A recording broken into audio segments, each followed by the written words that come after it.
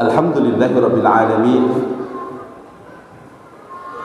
Wassalatu wassalamu ala asrafil anbiya'i wal mursalin wa ala alihi wa ashabihi ajma'in.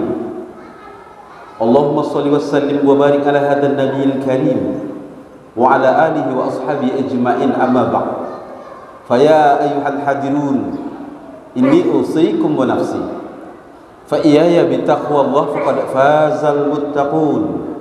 Ya ayyuhalladzina amanu taqullaha haqqa tuqatih wa la tamutunna illa wa antum muslimun.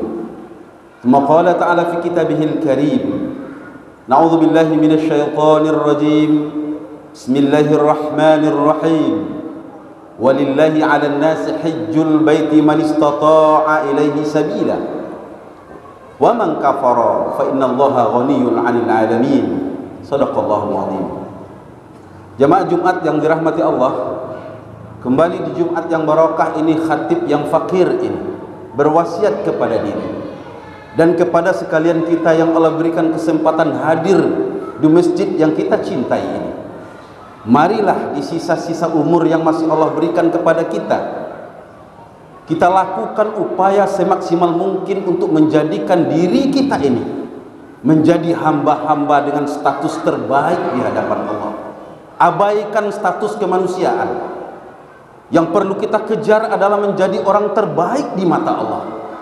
Siapa gerangan orang yang terbaik di hadapan Allah? Allah ingatkan, sesungguhnya level dan kualitas serta derajat yang terbaik di hadapan Allah bukan kekayaan ukurannya, bukan harta yang banyak, bukan anak yang banyak, tetapi Allah ingatkan kepada kita sejauh mana ketakwaan sudah berada di dalam jiwa kita ketika ajal datang ke hadapan kita. Maka sebagai orang-orang yang sadar bahwa sesungguhnya kematian itu pasti akan datang kepada kita, tentu menjadi sebuah kesadaran bagi kita untuk senantiasa meningkatkan level keimanan kita hari ini satu tingkat lagi, menjadi orang-orang yang bertakwa. Bukankah Allah ingatkan kita dalam surat Al-Baqarah, dan itu merupakan salah satu yang diingatkan juga bagi orang-orang yang pergi haji.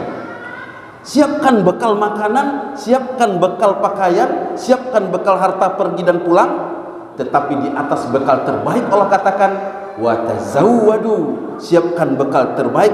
Wa inna, ketahuilah wahai para jamaah haji, khairuz zadi taqwa, bekal terbaik yang kalian siapkan pergi ke Mekah adalah sejauh mana kalian berpakaian dengan takwa. Mudah-mudahan ketakwaan ini akan senantiasa Allah camkan di dalam hati kita sebelum ajal datang kepada kita. Salawat dan salam sama-sama kita kirimkan kepada junjungan kita Nabiuna Muhammad sallallahu alaihi wasallam, uswah dan qudwah dalam hidup dan kehidupan kita. Ma'asyiral mukminin rahimakumullah. Seperti yang disampaikan oleh pengurus tadi bahwa hari ini adalah hari pelepasan jamaah haji kecamatan kita untuk berangkat ke embarkasi Padang. Dan tentunya setelah satu hari di embarkasi Padang akan bertolak menuju ke Mekah langsung, karena kita berada dalam gelombang kedua. Tentu ini merupakan sebuah perjalanan yang luar biasa, tujuannya luar biasa, dan tentu saja perjuangannya tidak kalah luar biasanya. Kita berdoa, mudah-mudahan para duyufur rahman, tamu-tamu Allah yang sudah mulai akan berangkat pada hari dari tempat kita ini, akan Allah berikan kesehatan dan kekuatan serta bekal takwa untuk melaksanakan seluruh ritual haji, lengkap seluruh rukun dan syaratnya, terhalang dari segala macam hal-hal yang akan membatalkan haji.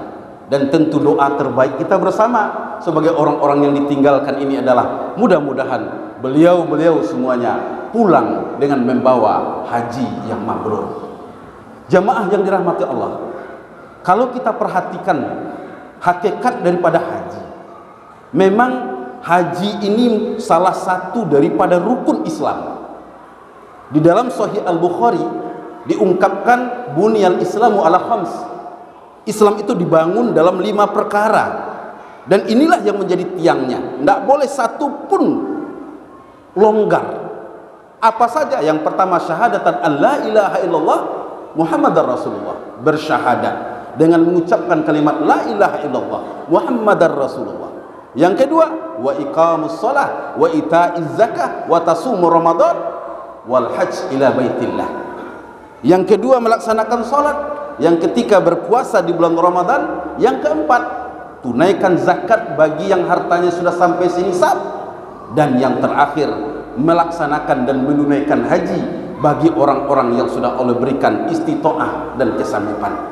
Alhamdulillah, jamaah kita sekarang ini akan berangkat hari ini. Artinya sampai detik ini Allah berikan istitoah kepada mereka, Allah berikan kesanggupan kepada mereka, baik itu dari segi harta, dari segi kesehatan, dari segi keamanan di dalam perjalanan. Tentu yang tidak kalah pentingnya keamanan nanti di kota suci Mekah dan Madinah. Bagi kita yang ditinggalkan ini tentu menjadi sebuah kerinduan juga untuk datang ke tempat yang selalu kita menghadapkan wajah kita ke Baitullah. Dan Allah senantiasa mengingatkan kepada kita bahwa sesungguhnya tidak semuanya kemudian Allah undang untuk datang ke sana. Siapa yang Allah undang? Hanya orang-orang yang Allah berikan istitoah, hanya orang-orang yang Allah berikan kemampuan dan kesanggupan. Kemampuan dan kesanggupan yang pertama itu tentu dari segi mal, kemampuan finansial kata orang-orang sekarang. Cukup ongkos untuk pergi hidup di sana, dan jangan lupa cukup juga biaya hidup yang ditinggalkan bagi keluarga. Rasulullah mengingatkan bagi orang-orang yang sudah sampai pada tahap ini, jangan coba-coba mengundur-undur kata Rasulullah. Jangan coba-coba mengundur-undur. Secara finansial ketika kemampuan sudah Allah berikan kepada kita untuk daftar segera, jangan diundur-undur. Kenapa? Dalam salah satu riwayat Baihaqi, Rasulullah mengingatkan, mewanti-wanti kepada orang-orang yang banyak alasan dan dalih bagi mereka untuk tidak pergi, banyak alasan dan dalih bagi mereka untuk tidak mendaftar. Belum ada panggilan dari Allah, ya, belum tergerak hati ke sana. Hati-hati. Rasulullah mengatakan, la yamut yahudiyan aslan au nasraniyan wa qala salasa marrah. Rasulullah mengatakan, silakan kalian mati dengan cara Yahudi atau Nasrani. 3 kali Rasulullah katakan. Siapa itu kata Rasulullah? Rajulun mata walam yahud. Seseorang yang sudah Allah berikan kemampuan untuk daftar, sudah Allah berikan kemampuan istitoah untuk pergi, tetapi mereka tidak mau mengundur-undur saja. Maka silakan pilih mau mati Yahudi atau mau mati Nasrani kata Rasulullah. Padahal Allah sudah berikan. Maka bagi kita yang sudah Allah berikan kemampuan untuk mendaftar secara reguler, tentunya segeralah mendaftar, jangan ditunda-tunda. Karena dalam hadis yang lain Rasulullah ingatkan, kalau ditunda-tunda bisa saja hal-hal yang tidak pernah terfikir akan terjadi pada kita. Harta kita hilang, harta kita dicuri, dan berbagai macam musibah yang lain. Tentu kita tidak ingin dicap oleh Rasulullah sebagai orang yang mampu haji tetapi tidak mau mendaftar lalu mati dalam keadaan Yahudi atau Nasrani. Jamaah Jumat yang dirahmati Allah. Tetapi walaupun demikian, pada hakikatnya apa yang ingin didapatkan oleh para duyufur rahman, terutama bagi orang-orang yang tidak mampu untuk mendaftar, karena memang Allah berikan rezeki untuk itu. Jangan paksakan diri, jangan paksakan diri, dan jangan kemudian ketiadaan harta di masa yang akan datang menjadikan kita putus asa. Sekarang terjadi fenomena di beberapa tempat, di Bukit Tinggi termasuk, banyak yang datang ke kantor bertanya.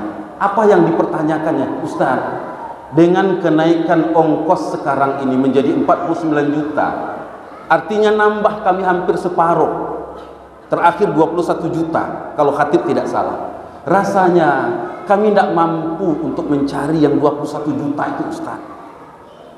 Lalu kenapa? Ustaz, kalau kami batalkan saja pendaftaran kami bagaimana? Toh kami mungkin akan berangkat 5 atau 10 tahun lagi dan kami merasa tidak mampu untuk memenuhinya. Maka khatib mengatakan kepada masyarakat yang mempertanyakan itu, jangan sekali-kali dengan alasan rasanya tidak akan mampu untuk memenuhi uang pendaftaran yang naik hampir separuh lagi kita dibayar, jangan itu dijadikan alasan untuk membatalkan pendaftaran. Oh Ustadz, kami membatalkan bukan untuk belanja Ustadz, kami bawakan untuk umroh. Ingat, yang wajib dalam agama kita adalah haji, bukan umroh. Lalu apa yang seharusnya dilakukan ketika kita merasa bahwa untuk pelunasan ibadah haji itu butuh biaya yang rasanya tidak akan mampu? Berupaya dan jangan lupa berdoa dan bertawakal kepada Allah. Apakah nanti pada hari nanti kita dipanggil, kita mampu melunasinya atau tidak? Serahkan kepada Allah. Jangan sampai gara-gara merasa tidak mampu, tarik pendaftaran, batalkan pendaftaran, kembali menjadi orang yang tidak terdaftar di Lauhil Mahfuz sebagai tamu-tamu Allah. Nauzubillah wa nauzubillah min dzalik. Oleh karena itu, bagi kita yang mungkin Allah belum berikan kemampuan, tentu doa dan usaha senantiasa kita panjatkan kepada Allah. Mudah-mudahan Allah berikan kelapangan rezeki kepada kita, kesehatan dan kekuatan untuk segera bisa mendaftar. Tetapi kalaupun tidak bisa mendaftar, apakah level haji mabrur dan kualitas mabrur itu bisa kita laksanakan? Ada satu riwayat yang menarik tentang orang yang tidak haji tapi mendapatkan kualitas setara dengan haji. Kisah ini diungkapkan dalam berbagai macam versi, tetapi tokohnya tetap sama. Ibnu Mubarak, salah seorang tabi'in yang lahir sekitar 118 Hijriah. Beliau berdomisili kurang lebih di Mekah atau di Madinah. Bagaimana keadaan dan kisahnya tentang orang yang tak haji tetapi mendapatkan faidah dan fadilah setara haji, bahkan lebih daripada itu. Konon ceritanya adalah Ibnu Mubarak suatu ketika melaksanakan haji, maka seluruh ritual haji dilaksanakan. Sudah dilaksanakan, maka setelah itu sebelum pulang beliau kemudian tawaf ifadah. Ketika tawaf ifadah, karena kelelahan beliau kemudian bersandar di Ka'bah, sampai kemudian karena keletihan tertidur. Di dalam tidur sambil duduk bersandar itu, beliau bermimpi. Apa mimpi beliau? Turun 2 orang malaikat dalam mimpi beliau. 2 orang malaikat ini berdialog satu dengan yang lain. Malaikat pertama bertanya kepada malaikat kedua, kira-kira berapa banyak jamaah haji yang datang ke Mekah tahun ini? Malaikat kedua menjawab, kurang lebih 600.000 orang. Dulu 600.000 orang. Lalu malaikat pertama kemudian bertanya, kira-kira dari yang 600.000 orang ini, berapa orang yang hajinya mabrur? Di dalam mimpi Ibnu Mubarak itu, malaikat kedua menjawab, sayang, dari 600.000 orang yang datang tahun ini, tak satu pun hajinya yang mabrur, tak satu pun hajinya yang diterima oleh Allah. Lalu kemudian, alangkah menyedihkannya para jamaah jauh-jauh datang ke sini, berkorban tenaga, harta, tinggalkan keluarga, tetapi hajinya tidak mampu. Tapi malaikat kedua menjawab, tapi berkat satu orang yang tidak haji pada tahun ini, maka haji yang 600 ini kemudian diterima oleh Allah. Malaikat pertama kemudian bertanya, bagaimana itu bisa terjadi? Siapakah gerangan orang itu? Malaikat kedua menjawab, dialah Ibnu Muwaffaq atau Al-Muwaffaq yang tidak berhaji pada tahun ini, tetapi dia mendapatkan level dan pahala status haji, dan berkat amal yang dia lakukan, haji 600.000 orang ini diterima semuanya oleh Allah. Malaikat pertama bertanya, di mana gerangan dan apa pekerjaan Al-Muwaffaq itu? Dia adalah seorang yang kerjanya sebagai tukang sol sepatu di Damaskus, di salah satu pasar di Damaskus, Syam sekarang ini. Kemudian terbangun Ibnu Muwaffaq dari tidurnya, menangis sejadi-jadinya. Ternyata doa-doa, amalan-amalan yang dilakukan tidak diterima. Alangkah sedihnya, walaupun kemudian menjadi penasaran dan bahagia gara-gara satu orang yang tidak haji bernama Al-Muwaffaq yang tinggal di Damaskus, haji 600.000 orang diterima. Setelah selesai ibadah haji Ibnu Mubarak pulang ke rumah.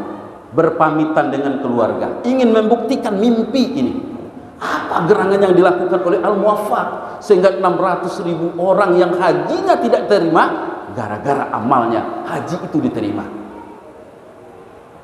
Dia tempuh perjalanan panjang kurang lebih 1 bulan menuju Damaskus.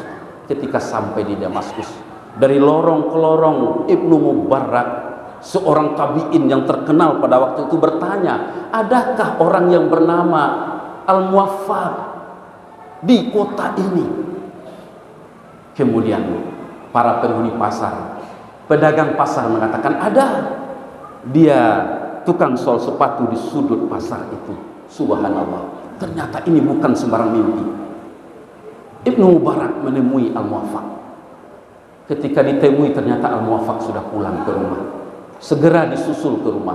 Sesampai di rumah Ibnu Mubarak, tabi'in terkenal ini ketuk pintu Al-Muwaffaq. Assalamualaikum. Kemudian dalam rumah terdengar ucapan waalaikumsalam, keluar seorang laki-laki. Ibnu Mubarak bertanya, apakah engkau yang bernama Al-Muwaffaq? Laki-laki itu menjawab, iya. Apa pekerjaan engkau? Kata Ibnu Mubarak, aku bekerja setiap hari di pasar Damaskus sebagai tukang sol sepatu. Izinkan aku masuk ke rumah. Aku punya hajat yang sangat besar kepada engkau, kata Ibnu Mubarak. Ketika sampai di rumah, diceritakanlah oleh Ibnu Mubarak mimpinya yang ternyata benar adanya. Ibnu Mubarak minta, apa amal yang engkau lakukan sehingga engkau tidak haji tetapi mendapatkan pahala sekualitas pahala haji? Al-Muwaffaq bercerita, sejak aku berdagang di pasar, setiap hari aku kumpulkan uang, wahai Ibnu Mubarak, untuk pergi haji. Ya. Sampai kemudian tahun kemarin ini, untuk berhaji dari Damaskus ke Mekah itu kurang lebih butuh 400 dirham. Aku sudah mengumpulkan 350 dirham. Tinggal 50 dirham yang aku kumpulkan. Dan aku yakin tahun ini aku bisa pergi ke Mekah. Tapi peristiwa lain terjadi ketika aku pulang dari pasar. Kemudian aku masuk ke rumah istriku yang sedang hamil besar, berkata, wahai Al-Muwaffaq, betapa harumnya masakan dari rumah tetangga kita. Lalu kenapa, kata Al-Muwaffaq, bolehkah engkau ambilkan, mintakan agak sedikit, mungkin istri Al-Muwaffaq mengidam. Al-Muwaffaq kemudian walaupun malu datang ke rumah sebelah tetangganya, seorang janda dengan 3 orang anak. Ketuk pintunya, assalamualaikum, apakah yang engkau masak, wahai tetanggaku? Janda itu mengatakan, aku memasak daging keledai. Bolehkah agak sepotong aku minta untuk istriku, karena istriku sedang hamil, dia menginginkan sepotong itu. Janda tadi menjawab, wahai Al-Muwaffaq, daging keledai ini hanya halal bagiku dan anak-anakku, haram bagimu dan keluargamu. Al-Muwaffaq kemudian heran, bagaimana mungkin engkau muslim, aku muslim, yang halal bagiku halal bagimu, yang halal bagimu tentu halal bagiku. Bagaimana mungkin keledai yang engkau masak itu hanya halal bagimu, haram bagiku? Janda itu menjawab, sudah 3 hari kami tidak makan, tidak ada yang berbelas kasihan kepadaku, kata janda tadi. Lalu aku berupaya berikhtiar pergi ke pasar tadi pagi. Ternyata di tengah jalan aku lihat seekor keledai yang mati menjadi bangkai. Ku ambil pisau di rumah, ku potong sebagian pahanya, dan itulah yang ku masak sekarang, yang harum terbau oleh istrimu. Halal bagi kami, karena tidak ada lagi yang bisa kami makan kecuali bangkai ini, dan haram bagimu karena engkau masih bisa memakan yang lain. Maka ketika itu menangis Al-Muwaffaq. Dia pulang ke rumah, dia berkata kepada istrinya, wahai istriku, hajiku bukan di Mekah, hajiku di depan rumahku, kata Al-Muwaffaq. Seluruh harta itu kemudian dikasihkan kepada wanita janda itu. Itulah yang pun lakukan. Jemaah, menarik.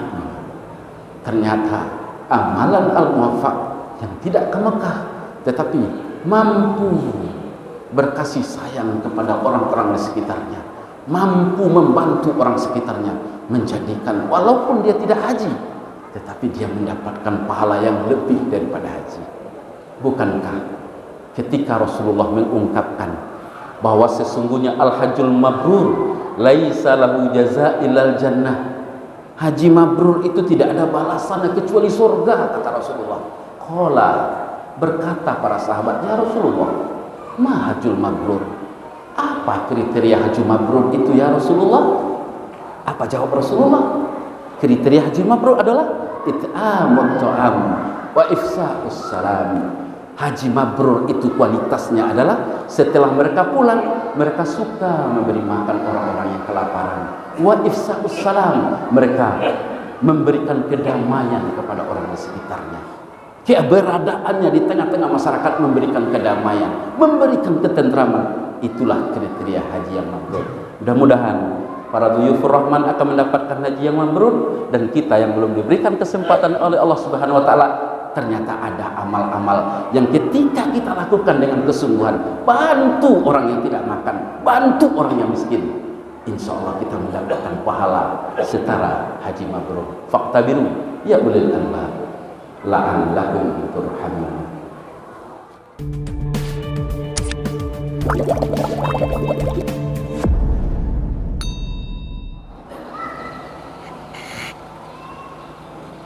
Assalamualaikum warahmatullahi wabarakatuh. Bapaklah makan rumah tadi. Halo, ibu-ibu, waktu agak semangat jawab salam. Ampun makan dulu. Kabarnya yang makan sudah bisa nanti. Kita mulailah tausiah malam itu Jumat itu juga seperti dari Sungai Tambang ke Tanjung Alam sehingga sama kita assalamualaikum. Siang pada semangat menjawab salam, kita doakan masuk surga. Assalamualaikum warahmatullahi wabarakatuh. Insyaallah masuk surga.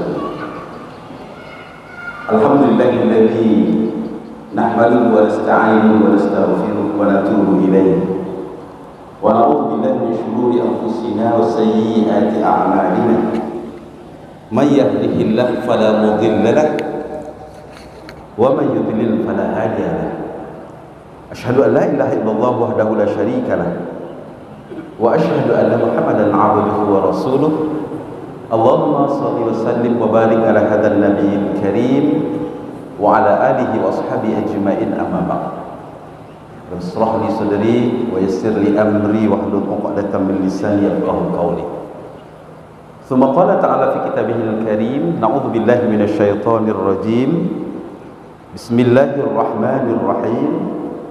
Watslu 'alaihim naba abnai adama bil haqq idh qarraba qurbanan fatuqbila min ahadihima wa lam yutaqabbal min al-akhar qala la aqtulannak qala innama yataqabbalu Allah minal muttaqin.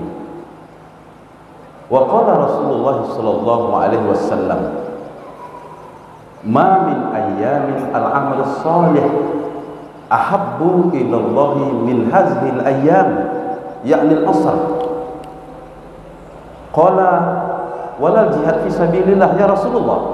Qala Rasulullah walal jihad fi sabilillah illa rajulun kharaja bi nafsihi wa malihi wa lam yarji' min ahadin. Shadaqallahu azim wa shadaqa Rasulullahul karim.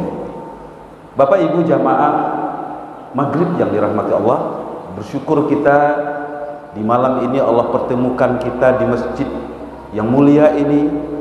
Kecintaan kita, masyarakat kita di masjid, di majlis yang dimuliakan oleh Allah dan Rasul, yaitu majlis ilmu. Duduk kita di majlis ilmu ini, kata Rasulullah, maka kita akan mendapatkan 4 tambah 1 lagi nanti, tapi tidak disebutkan oleh Rasulullah. Di dalam hadis Abu Daud, Rasulullah katakan, majtama'a qaumun fi baitin min buyutillah yatlunal kitab wa yatadarasuna bainahum. Tidaklah berkumpul umatku, kata Rasulullah, fi baitin min buyutillah, di rumah dari rumah-rumah Allah. Pak, kita kini berkumpul di mana? di rumah Allah. Yatslunal kitab. Di dalam perkumpulan itu dibacakan Al-Quran. Tanya ambo cik, kira-kira saja tadi ambo mengecek lah dibaca Al-Quran atau tidak? Allah surat Al-Maidah 27 kita baca tadi. Wa yatadarasuna bainahum. Al-Quran itu kemudian dijelaskan maknanya.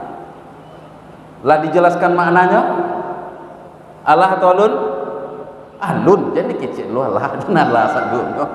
Berkumpul di rumah Allah, baca Al-Quran, jalikan maknanya. Apa kecil Rasulullah? Allah lagi ampe. 3 kita laksanakan dengan syarat-syarat tadi. Allah lagi ampe. Apa yang pertama? Nuzilat alaihimus sakinah. Kepada hati orang yang duduk di majlis ilmu itu, di masjid mendengarkan ilmu itu, Allah berikan ketenangan. Tenang jiwanya, sajuk pikirannya. Iya bu, sajuk pikiran kita di siko. Sabarik-barik masalah di rumah, datang ke masjid, dengar pengajian, hilang. Sajuk, tenang pikiran. Bahkan beberapa kasus di sanangnya pikiran di masjid ko, ndak tentu siang, ndak tentu malam kalau mendengar pengajian, adonan sampai la assalamualaikum sekecek khatib, kecek penceramah barunya tahu. Lalu lama di masjid. Iku Nabi mengecekkan tenang hati kalau di masjid kok. Banyak orang nak mau lalu matunya di rumah, di masjid baru katagak saya katib baru anyo ndak jawab le doh. Ya. Tapi kalau maghrib pun ndak nampaknya doh. Sebab apa-apa ibu-ibu belum makan le doh. Entah kok sudah makan le kok. Sesusah-susah hidup payah-payah matul lalu di rumah pai ke masjid lama selalu nuzilat alaihimus sakinah. Orang namu lalu di masjid kok karena hatinya tenang. Maka kalau ingin bebas dari segala permasalahan, datang ke masjid, dengar pengajian, beristighfar, berzikir kepada Allah. Jadi Allah hadir ketenangan. Itu janji Allah dan tidak mungkin Allah mungkir dengan janjinya apa-apa ibu-ibu. Dan kedua, wahaffat alaihimur rahmah. Mereka akan dilingkupi rahmat dan kasih sayang Allah semenjak mereka melangkah dari rumah, duduk mendengar pengajian sampai pulang balik ke rumah. Rahmat Allah, kasih sayang Allah. Dan ketiga, kan nampak tadi, wa ahata alaihimul malaikah kecik Nabi. Kau orang nan duduk di majlis ilmu di masjid di rumah Allah kok, malaikat turun dari langit. Wa ahata, mereka berkeliling, memagari mereka. Di dalam syarahan hadis itu, manga malaikat berkeliling. Jadi apa-apa ibu-ibu, ada malaikat bakal liliang tu di sekitaran kita. Nampak ada apa-apa malaikat berkeliling? Ndak, di Ambon ndak lo nampak dah. Tetapi Nabi mengecekkan malaikat turun di majlis ilmu itu di rumah Allah tu, manga malaikat. Di dalam syarahan hadis dikecek malaikat tu tidak pernah putus-putus disabitnya namu awak ku sorang-sorang kuah. Ya Allah, rahmati si fulan, rahmati si fulan. Ya, berarti ku mati. Jadi genset mati di ko kecek bu, jangan tak kajui. Ya. Rahmati si fulan, rahmati si fulan bu. Betapa kalau malaikat majang buik namu awak, subhanallah. Kemudian yang kampe wa zakarallahu indah. Allah sabui nama awak ko sorang-sorang di aras. Kasih Allah sabui di aras tu malaikat adonan karajonyo takbir.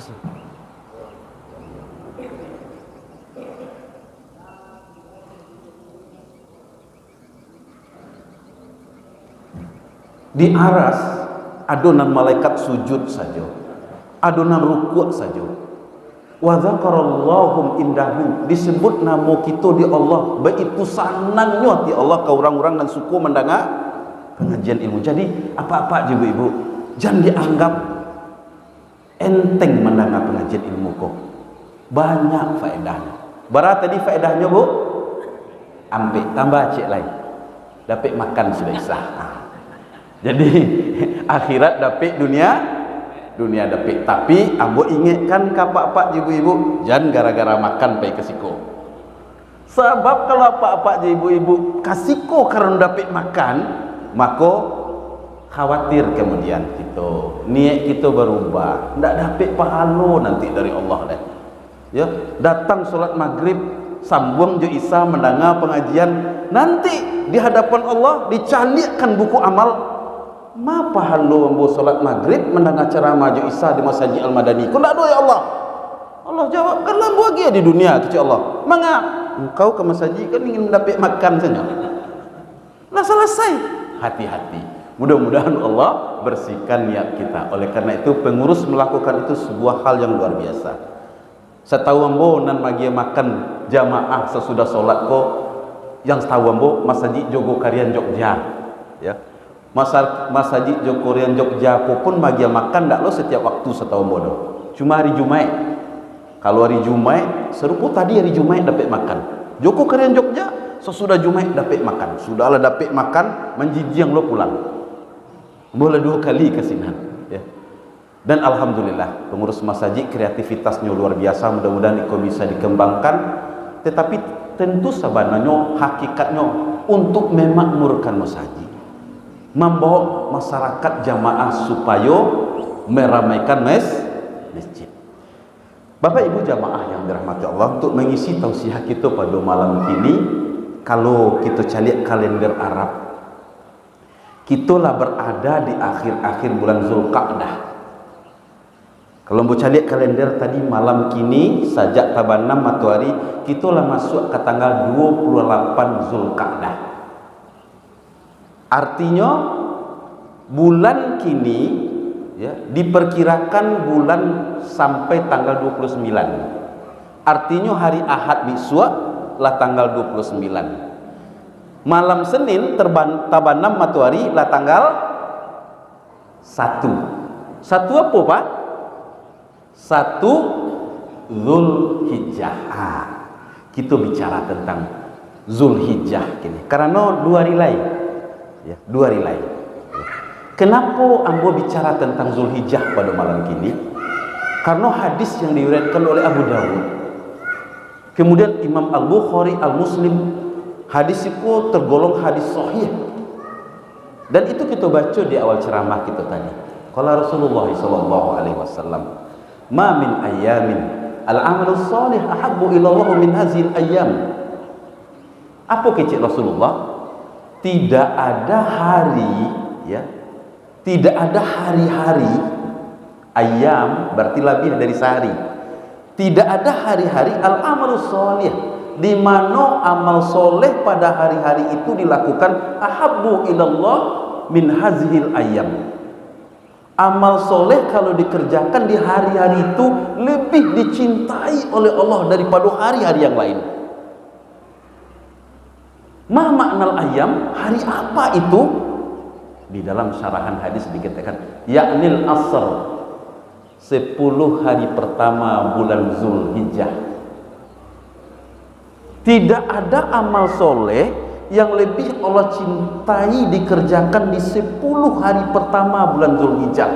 Tidak ada dibandingkan hari-hari yang lain, ya.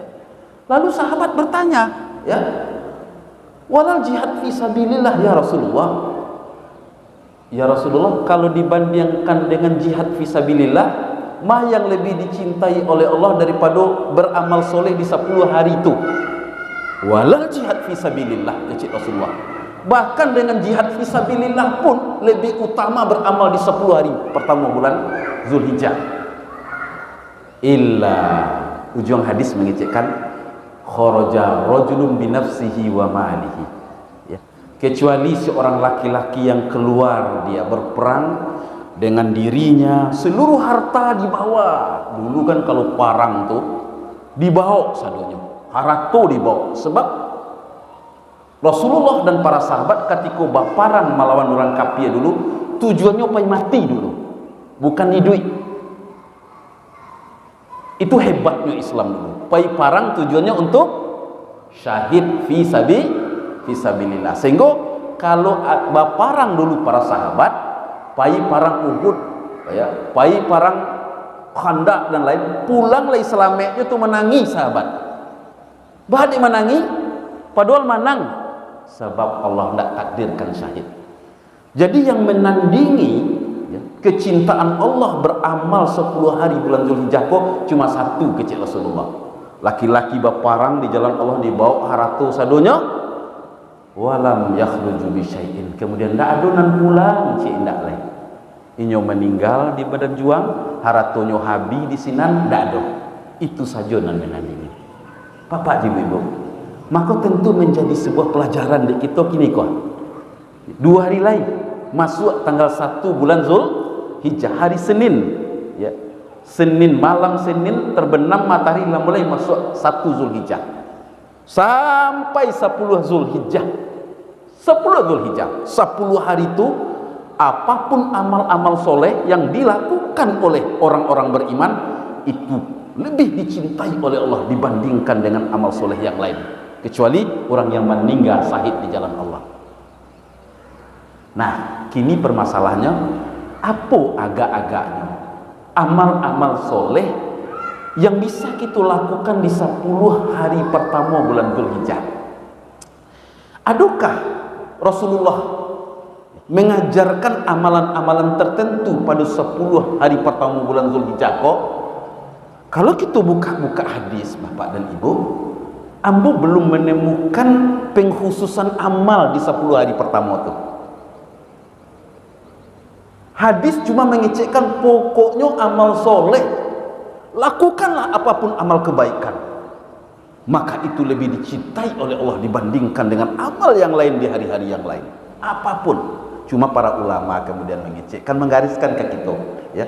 Karena namanya amal soleh tentu peraduan-duju panduan-panduan, tetapi jangan dikhususkan itu saja. Apa misalnya kecil ulama ya, misalnya memperbanyak puasa pada 10 hari pertama bulan Zulhijjah. Kebetulan hari Senin mulainya, kenapa tidak ibu-ibu nalah biasa apa-apa nalah merutinkan puasa Senin Kamis, laksanakan mulai itu. Karena Allah sangat mencintai amal perbuatan itu. Sampai bila ya, walaupun mungkin dari tanggal 1 sampai tanggal 10 ada hari khusus puasa Arafah. Itu memang khusus tuh Bu, dalilnya khusus.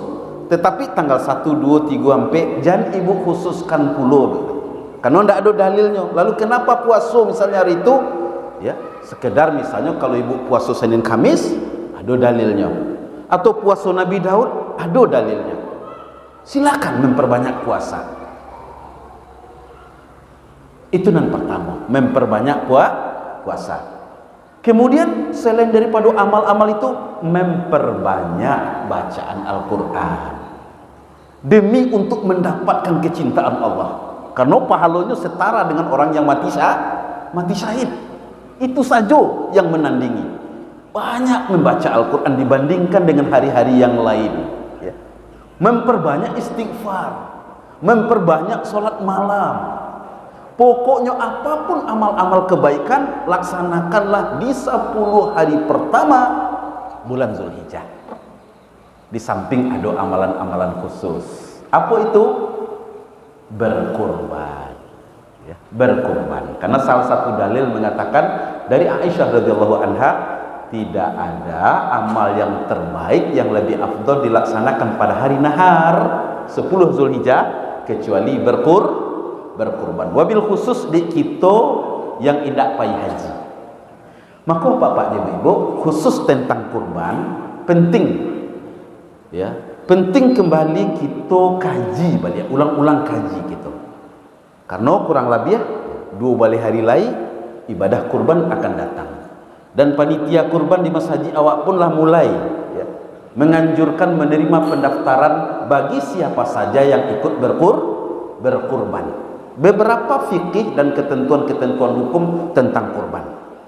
Dan pertama, hukum berkurban lah ya.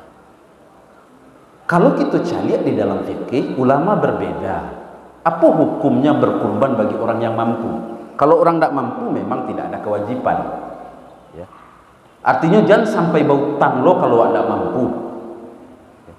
Sebagian ulama mengecekkan kalau orang punya utang, sedang punya utang, Sementara ada kemudian syariat kurban, para ulama mengecekkan lebih afdol mereka bayar utang dulu daripada berkurban. Kecuali kalau utang itulah jalih pembayarannya. Maksudnya ini pegawai negeri, ya, lah jalih ada pembayar tiap bulan, dipotong enggak gaji, itu tidak dianggap sebagai berhutang. Tetapi hutang yang memanglah harus dibayar, yang kita menunggak, yang orang yang bagi piutang menuntut, ketika datang syariat kurban, sementara hutang harus dibayar. Jumhur ulama mengecekkan lebih afdal kita membayar hutang daripada kurban. Tapi bagi orang yang mampu bagaimana? Ada dua pendapat ulama.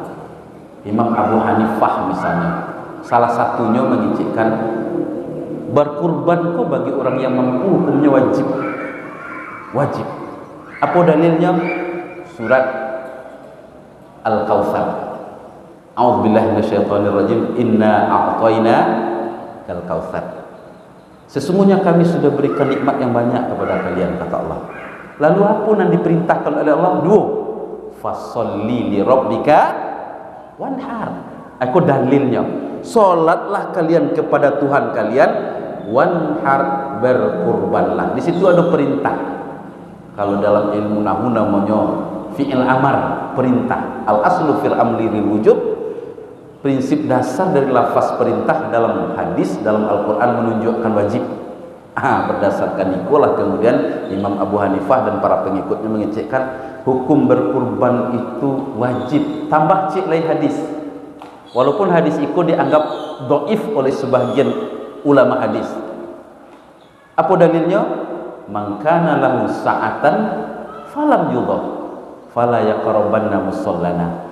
Sianan mampu berkurban, ya. Siapa yang mempunyai kelapangan untuk berkurban, piti layado falam yudhah, tapi barik mananya ke berkurban, namunnya satu mendaftar. Apa kecil Rasulullah? Fala yaqrabanna musallana, jangan dakik-dakik tampik solat kami, kecil Rasulullah. Berdasarkan dua dalil itu Imam Abu Hanifah mengecek wajib. Tapi jumhur ulama, Imam Asy-Syafi'i, Imam Malik, ya, Ahmad bin Hambal, jumhur, mayoritas kebanyakan ulama mengecekkan hukum berkurban kok tidak sampai ke level wajib.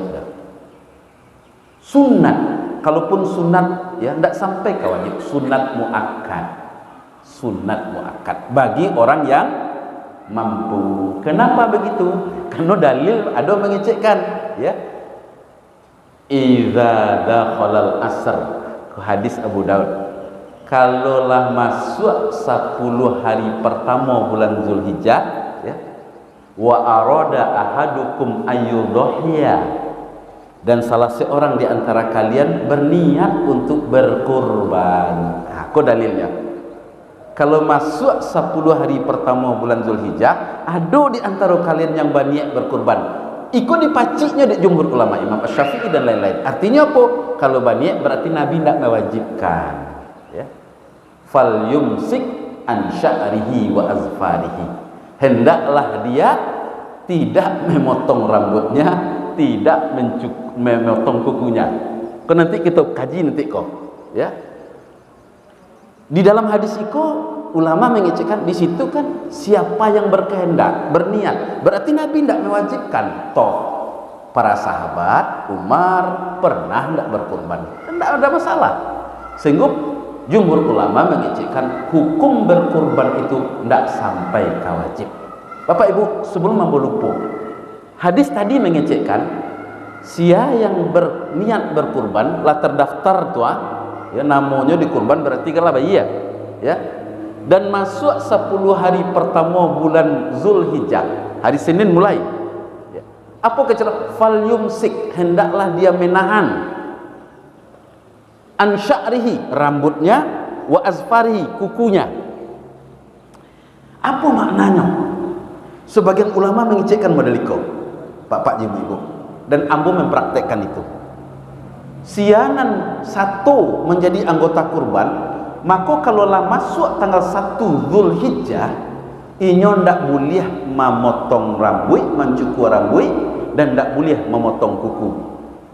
Sampai bila? sampai hewan korbannya disembelih.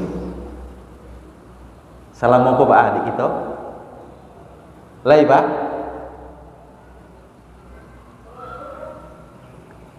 Bu?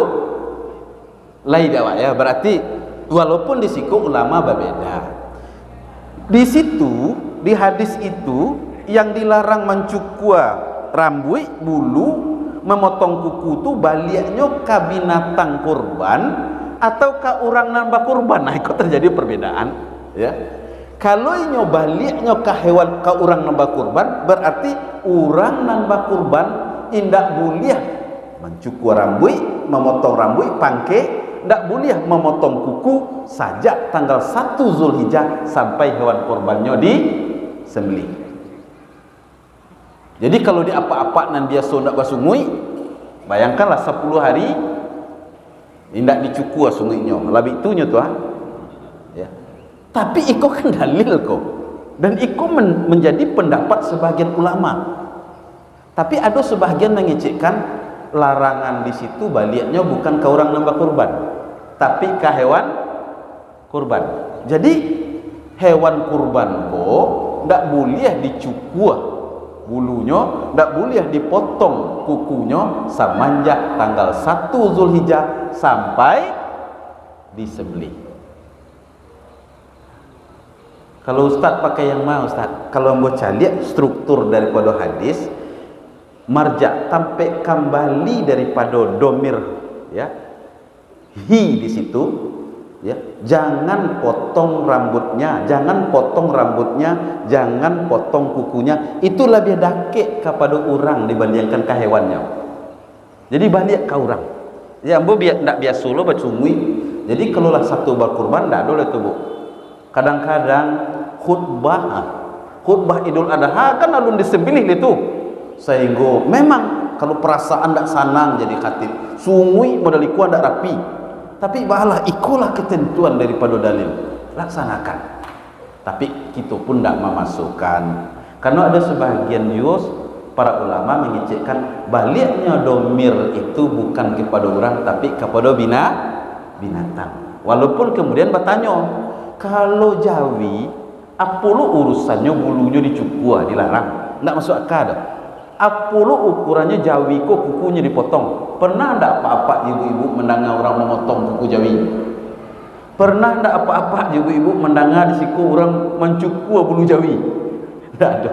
Tapi kalau domba, kambing, aduh, cuma kuku kambing, ndak ada. Itu perdebatan nanti itu khilafiyah. Silakan, mana yang kita yakini, mana yang kita yakini. Baik, ikut terkait dengan amalan 10 hari pertama berkurban. Bapak dan Ibu jamaah yang dirahmati Allah, kemudian kalau terkait dengan hukum sudah kita laksanakan. Kalau Imam Abu Hanifah wajib, jumhur ulama sunat muakkad. Sunat muakkad. Seterusnya, ya. Apa sebenarnya di dalam syariat kita hewan yang boleh dijadikan kurban? Ya. Para ulama sepakat, hewan yang bisa dijadikan kurban itu yang masuk dalam golongan bahimatul an'am. Apa makna bahimatul an'am? Binatang ternak. Wabil khusus disebutkan di Rasulullah 3. Nan pertama untuk, nan kedua sapi, nan ketiga kambing. 3 ikut saja, 3 ikut saja. Boleh ditambahnya yang lain Ustaz? Enggak. Kan kadang-kadang Ustaz penceramah di saking semangatnya, ya, marilah kita berkorban sesuai kemampuan kita. Kalau tidak mampu unta, sapi. Kalau tidak mampu sapi, kambing. Kalau tidak mampu kambing, ayam. Kalau tidak mampu ayam, telur ayam. Tidak ada syariat kurban itu ayam loh. Syariat kurban itu paling rendah kambing. 3 untuk sapi, kambing. Bagaimana ketentuan terkait dengan yang 3 kok? Untuk lo di antara kita nambah kurban untuk sih kok? Ndak. Kok ada mana? Tentu kesusahan penitia kok. Ya. ke Makkah lo ke di pasan untung gitu ya. Lagian daging untu itu tidak biasa lu orang awak makan. Pak ibu nala pernah pergi ke Makkah umroh haji kan. Gak lain daging untu kok dibandingkan daging Jawi ya.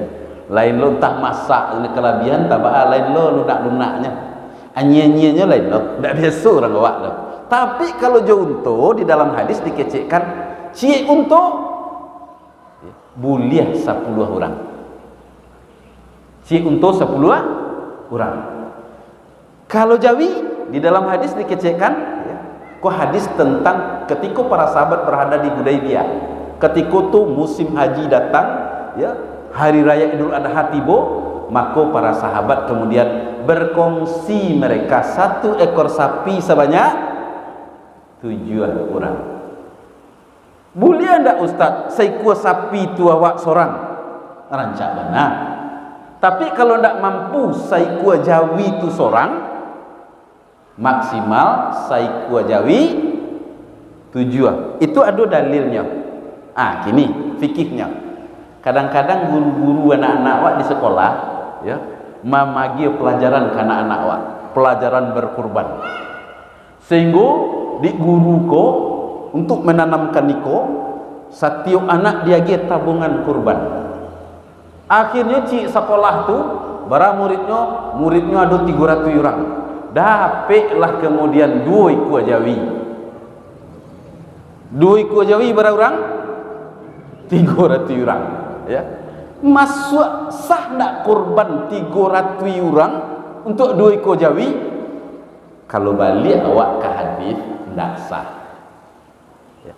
Karena seekor Jawi maksimal 7 orang, tidak boleh lebih daripada itu. Lalu bagaimana keadaannya kurban di sekolah-sekolah, kadang-kadang di instansi pemerintah kok adonan model itu 2 ekor Jawi untuk bersama berapa orang tuh adonan 25 orang. Kalau di sekolah adonan sampai 100 orang. Prinsipnya balik kata tadi, inyo tidak dihitung sebagai kurban tetapi hanya dihitung sebagai sedekah biasa. Itu kajian fikih gitu Bapak Ibu ya. Jadi untuk anak-anak awak di sekolah kita anggap saja itu sebagai pendidikan kepada mereka, diajarkan dari ketiknya budaya berkorban supaya lagadang nanti jadi kebiasaan. Tapi apakah dihitung kurban? Tidak. Itu hanya dianggap sebagai sedekah biasa. Kemudian kalau tidak berkongsi 7 orang dalam 1 ekor sapi, boleh 1 orang 1 ekor kambing. 1 orang untuk 1 ekor kambing. Ustaz, seorang untuk sekor kambing itu keluarga kami, istri, suami, istri, anak 3 Ustaz. Kan itu.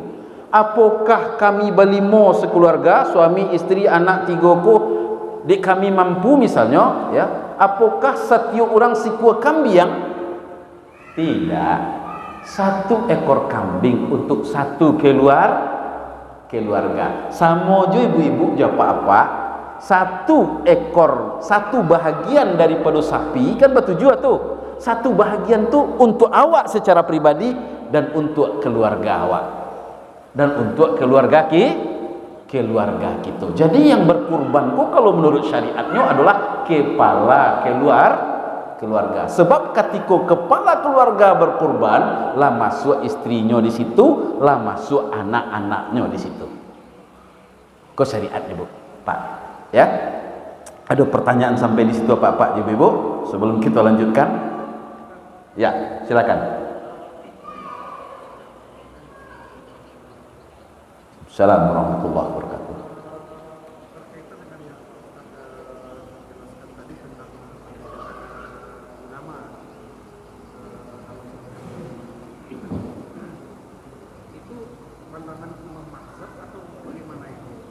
Yang mana? Yang mana?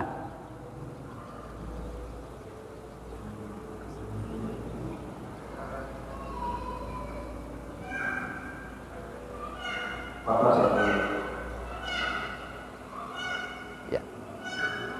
Silakan, maksudnya yang permasalahan yang mana tadi Pak? Yang mana tadi Pak permasalahannya? Kan banyak perbedaan tadi tuh. Yang kasus yang mana? Ulang lihat.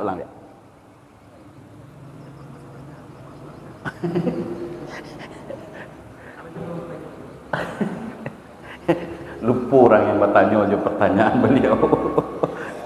Iya, kalau ambo menyebut Imam Ahmad bin Hambal, Imam Asy-Syafi'i, Imam Malik, Imam Abu Hanifah, berarti itu mazhab. Ya.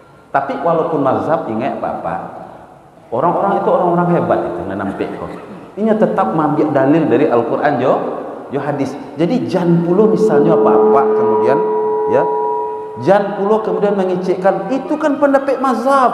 Ndak Al-Quran dan hadis. Sementara kita harus balik ke Al-Quran dan hadis. Hati-hati. Imam Abu Hanifah, Imam Malik, Imam Asy-Syafi'i, Imam Ahmad bin Hambal ketika berpendapat, inyolah cahaya dinyo Al-Quran, lah cahaya dinyo hadis tu. Jadi jangan sok-sok beraja agama baru seminggu kemudian, orang tu tak kembali ke Al-Quran dan hadis. Lebih tahu nyo Al-Quran dan hadis dibandingkan dengan kita. Kita lanjutkan dulu. Mudah-mudahan kalau ada pertanyaan tunjuk tangan saja nanti. Karena kita bicara tentang fikih, ya Pak ya. Kemudian boleh ndak berkurban ya, untuk orang yang meninggal? Kan biasa tuh. Untuk amak kita, untuk ayah kita. Ya Bu? Sehingga kemudian di dalam daftar tuh disabutlah ya. Ya. Yang menjadi anggota kuat fulan almarhum. Fulan almarhumah. Boleh ndak seperti itu? Itu kan menjadi tradisi. Itu menjadi tradisi. Nah, terkait dengan masalah itu, ya, ada beberapa pendapat kok. Ya, boleh ndak berkurban untuk orang nan meninggal? Nan pertama, keadaannya. Para ulama mengecekkan kalau orang nan meninggal tu berwasiat ketika hidup berwasiatnya, ya. Kalau mau meninggal nanti tolong gitu. Kok lai walabiah piti kalian korbankanlah hamba. Kecek orang tua kita. Maka para ulama mengecekkan itu buliah. Itu sepakat ulama membuliahkan tuh. Ya. Untuk apa? Melaksanakan wasiat. Melaksanakan wasiat. Ya. Nah, kalau orang nan meninggal, ayah ibu kita tuh ndak pernah nyoba wasiat. Ya. Bagaimana caranya? Yang tidak diperselisihkan oleh para ulama modeliko, ya. Cukuplah kita berkurban ate namo kita, ya. Maka ketika kita berkurban ate namo kita niatkan untuk kita, ahli keluarga kita, ayah ibu kita masuk di dalam buliah kecek ulama. Tu sadu ulama membuliahkan tu. Kini nan ketiga, kalau khusus kita berniat untuk ayah ibu, di siko yo berbeda pendapat ulama. Ya. Berbeda pendapat ulama di siko. Ada yang mengecekkan bid'ah, ada yang mengecekkan buliah. Ya, ada yang mengecekkan. Kalau kita cari di siko, ya, terkait dengan masalah itu, berkurban khusus untuk orang yang telah meninggal tanpa ada wasiat, khusus kok ya. Mazhab Hambali. Sia gurunya Imam Ahmad bin Hambal. Hambali pengikutnya, kelompoknya mengecekkan bahwa ya itu merupakan satu hal yang baik dan pahalanya sampai. Kok Imam Ahmad bin Hambal kok ngecek sampai pahalanya, ya. Iko fatwa Majelis Ulama Saudi. Jadi ulama Saudi berfatwa sampai pahalanya. Buliah. Intinya buliah diniatkan untuk itu, ya. Tapi sebahagian ulama, ya, jumhur mengecekkan bahwa perbuatan itu salah satu bentuk bid'ah. Sebagian ulama mengecek bid'ah. Tidak ada ajarannya dari Rasulullah sallallahu alaihi wasallam, ya. Jadi berkurban khusus untuk orang yang meninggal, ya. Tetapi mereka mayat tidak pernah berwasiat. Kalau Imam Ahmad bin Hambal buliah, pahalanya sampai. Tetapi jumhur ulama mengecek, termasuk Imam Asy-Syafi'i, tidak buliah. Jadi kalau model itu jalan keluarnya di jumhur ulama, cukuplah awak sajalah berkurban, ya, awak nani duit sajalah, itulah masuk sekaligus di situ ayah ibu kita nalah meninggal. Ikut terkait dengan berkurban bagi orang nan lah maning. Pak Najib, Isa sampai jam berapa habis? Kalau lah Isa nanti sabui, kajiannya panjang sekali. Mengaji fikih, ya. Bapak dan Ibu jamaah yang dirahmati Allah, ya. Kemudian terkait dengan hewan kurban. Nanti terakhir panitia agak khusus sedikit, panitia kurban. Akad kita je panitia, ya. Karena panitia bukan orang yang berkurban, tetapi orang yang menjadi wakil di kita. Mana nelok jantan atau betino? Ya. Kalau di dinas pertanian, kini kan peternakan tuh lah masuk ke pertanian kini, ya. Ada peraturan pemerintah, ya, yang menganjurkan sebenarnya, agak-agak lebih melarang lah, ya. Kalau dapat bakurban tu bayak jawi ataupun kambing jonan jantan lah, jonan batino, itu aturan tu dari pemerintah, ya. Dia harus nan jantan di dalam peraturan, jangan sampai nan batino, sebab kalau nan batino khawatir nanti kalau habis nan batino kok pelanjut generasinya habis, bisa habis jawi jo kambing kalau nan batino sana dibantai seluruhnya, ya. Cuma di masyarakat kan banyak nan batino, itu maha jantan di batino, maha biasanya jantan, so jantan kadang-kadang kan itu, sehingga ya nak tawali dawa nan batino salah. Pemerintah di dalam peraturannya menyarankan sebaiknya berkurban tu jonan jantan, jonan batino. Kalau jo batino jo kami Ustaz, kan peraturan pemerintah ada tu. Ya kalau dalam fikih tidak ada masalah. Boleh nan jantan, boleh nan batino. Bapak dan Ibu, ikut fikih terkait dengan kurban. Kini dan terakhir, ya. Tradisi yang terjadi di tampek kita kini. Sekedar untuk mengingat-ingatkan kembali ke kaji kita. Kalau Rasulullah SAW ketika berkurban, sebenarnya Rasulullah sendiri yang mengelola kurban itu, ya. Paling kalaupun Rasulullah harus mewakilkan ke keluarga beliau. Di dalam hadis Rasulullah pernah mewakilkan kepada Ali untuk membeli 100 unta untuk berkurban. Ali itu minantu Rasulullah, kanakan Rasulullah, anak daripada paman Rasulullah, keluarga, ya. Kalau di awak kini tradisinya hampir kita cari jarang, ya, ndak ada nampak itu kini orang yang berkorban yang dikelola oleh keluarga sendiri. Tradisi kini diserahkan kepada panitia kurban. Nah, Bapak dan Ibu, mungkin kau perlu untuk panitia kurban. Hubungan antara sohibul kurban, orang nambah kurban, jo panitia kurban. Hubungan antara sohibul kurban, orang nambah tujuan, cek golongan, cek kelompok tua, jo panitia kurban yang dibentuk oleh pengurus masjid, hubungannya adalah hubungan, kalau dalam fiqh muamalah namanya akadnya wakalah, akad perwakilan. Jadi kalau akad perwakilan kalau balik ke pendapat Imam Asy-Syafi'i, sarancanya diakadkan ketika membayar piti ke panitia. Apa akadnya? Ya. Akadnya dari sohibul kurban, orang nan punya piti, Pak, ko piti, ya, kami wakilkan Pak untuk mencarikan hewan kurban, menyembelihnya, kemudian mengalir Bu, membagi-bagikan dagingnya. Itu serancaknya akadnya perwakilan, ya, karena abak wawaki ya ke panitia, seharusnya itu kan karajo awak dan tujuh tu, ya, tetapi karena sesuatu dan hal awak ndak punya waktu, ya, untuk mencari, ndak punya waktu untuk membawa, ndak punya waktu menjago, ndak punya waktu untuk menyembelih, apalagi membagi-bagikan, kita wakilkan ke panitia. Akadnya wakalah. Ingat Bapak Ibu, kalau akadnya wakalah panitia kurban hanya sebagai wakil, dan hewan kurban tetap punya sohibul kurban. Lalu apa yang boleh dilakukan oleh wakil dan apa yang tidak? Di dalam hadis terkait dengan kisah Ali bin Abi Thalib, ya. Ali mengecekkan, ambo diperintahkan Nabi untuk membeli hewan kurban, bawanya, menyembelihnya, kemudian membagi-bagikannya ke orang-orang miskin, ya. Dan Nabi melarang untuk mengambilkan upah dari hewan kurban itu lil jazzar, untuk orang yang memotong.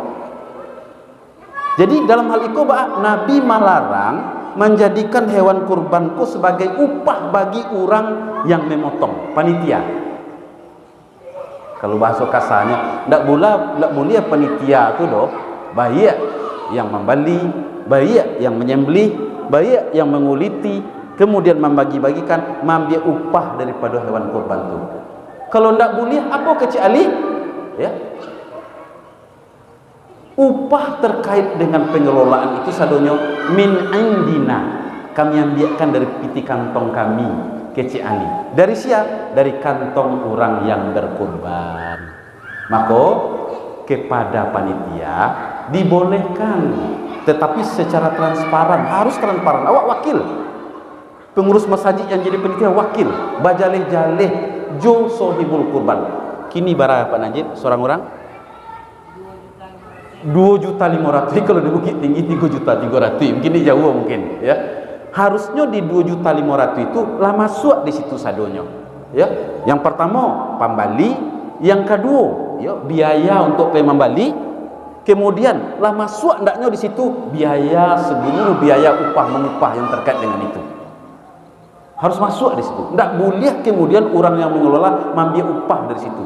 Maksudnya boleh ndak orang yang mengelola daging kurban ko mendapatkan bahagian seperti yang diterima oleh yang lain? Boleh. Sebagai bahagian yang sama.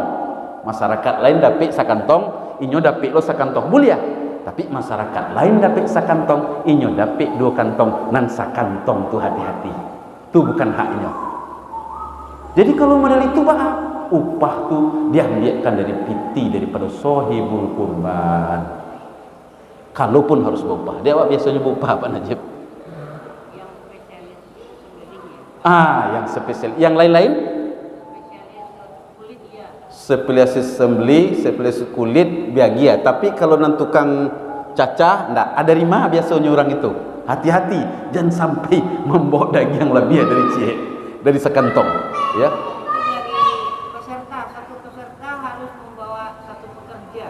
Oh, Masya Allah. Kalau lah model itulah bagus. Satu peserta harus mengirim 1 tapi ingat pekerja tadi tetap tidak boleh mengambil bagian dari pembagian itu. Kecuali ya, sohibul kurban boleh mendapat bahagian. Sapatigo, ya, kalau kecil Nabi, perintah Nabi terkait dengan kurban ko, ya, sebab fakulu, makan sebahagian, watu dakhoru, simpan sebagian, watasod daku, simpan sebagian. Jadi peserta kurban ko berhak maksimal sapatigo.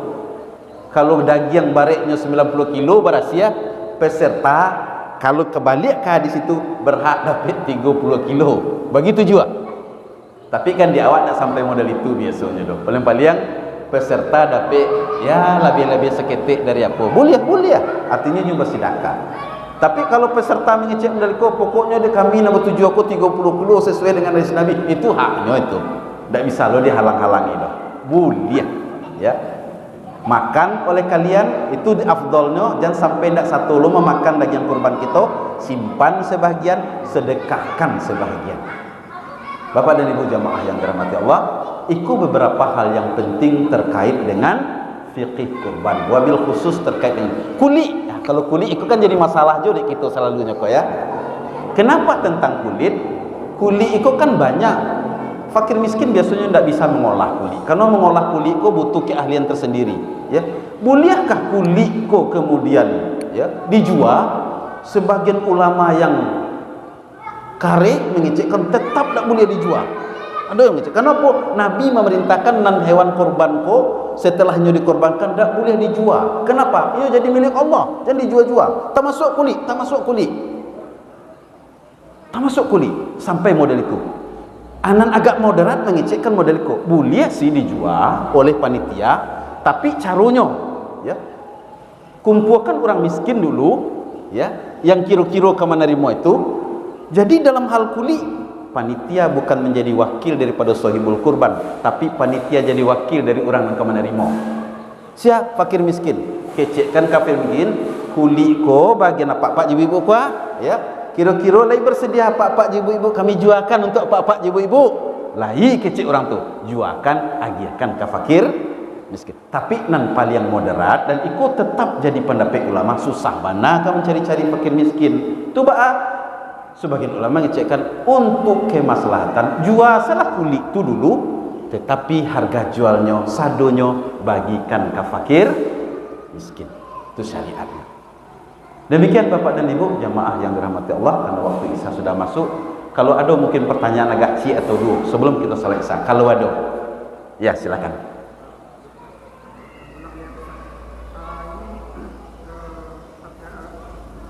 Berkaitan dengan sistem pendistribusian, kita sebetulnya yang akan saya katakan ini sebelum pendistribusi seperti sudah terjadi kebiasaan di daerah ini, kalau di daerah lain kita tahu kan. Selesai pemotongan sebelum dibagikan itu kan biasanya ya peserta itu kan bagaimana untuk memasak daging yang belum didistribusikan, kemudian nanti dimakan umum, bukan hanya demikian tapi umum. Nah ini bagaimana pandangan secara fikih, apakah menyalahi atau tidak? Baik. Bukan hanya di Siko Pak, umumnya di tempat lain termasuk di Bukit Tinggi biasa. Ya, sebelum didistribusikan daging ko sadang dicancang-cancang tu, nan sebahagian daging nan rancak-rancak bakirim ke dapur. Beberasian dulu, ya dimasaknya lah di ibu-ibu. Artinya sesudah proses pembagian nan nasi masak, nan daging masak, kemudian makan bersama. Hukumnya, gitu. Kini kita dudukkan dulu, ya. Salamo caronyo tulai batu, ndak menyalahi dong. Ya. Maksudnya Ustaz, kalau daging itu yang dimasak itu dianggap sebagai balas jasa terhadap para pekerja, itu ndak boleh. Itu sama cuma ambil upah, ya.